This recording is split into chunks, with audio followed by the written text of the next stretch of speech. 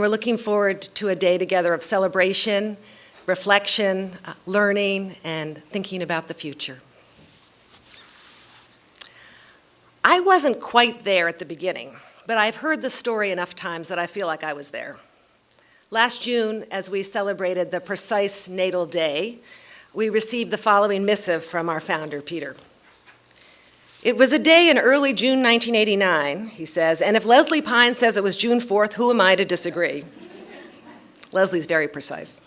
When TPI officially opened its doors for business, if you had asked the 5 people present what business TPI was in, I think the answers would have ranged from change the world, to revolutionize philanthropy, identify sources for sustainability, and consider intentionally her leadership role. This might not happen first year in philanthropy, but it should happen eventually for the effective and ambitious donor.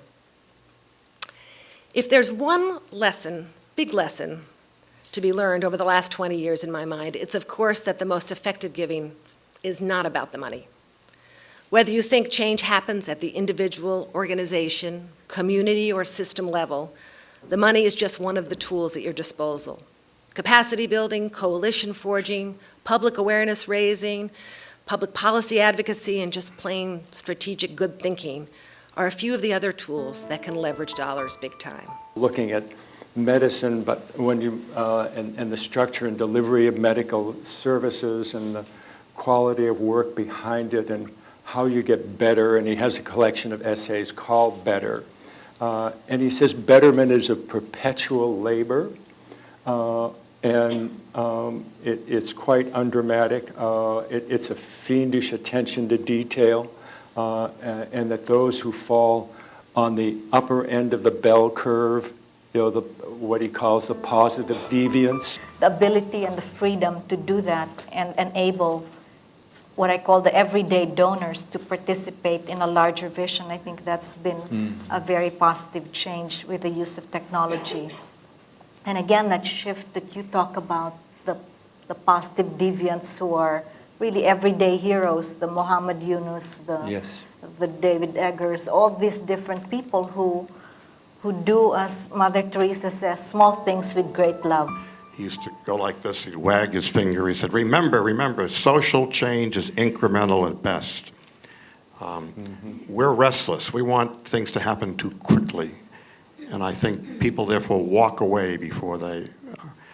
the other thing I think to us has been something of a failure is that there are a lot of fancy dancers, there are a lot of people who speak well, who articulate, who write well, and they tend to get the honey.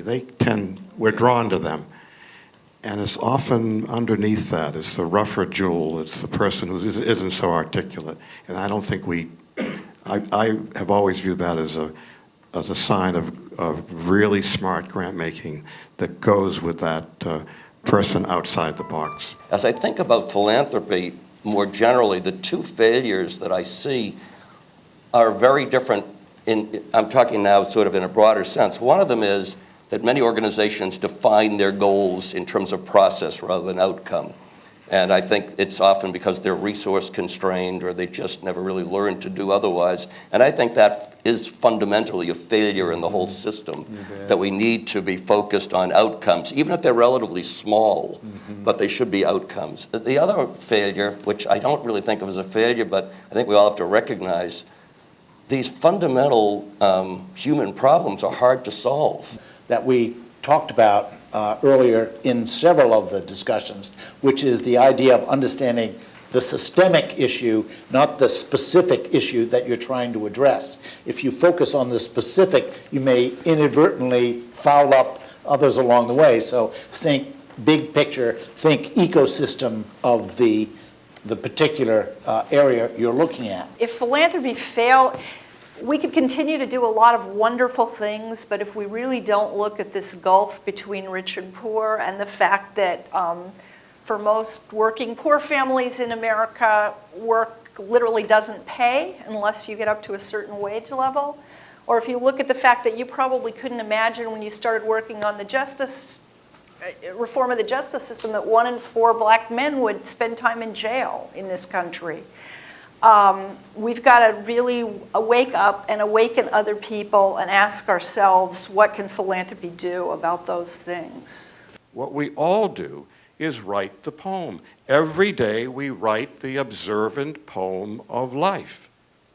You see, it isn't a matter of time, but compassion, call it community, or hope, or faith, or call it love, that is the flow. That is the poem.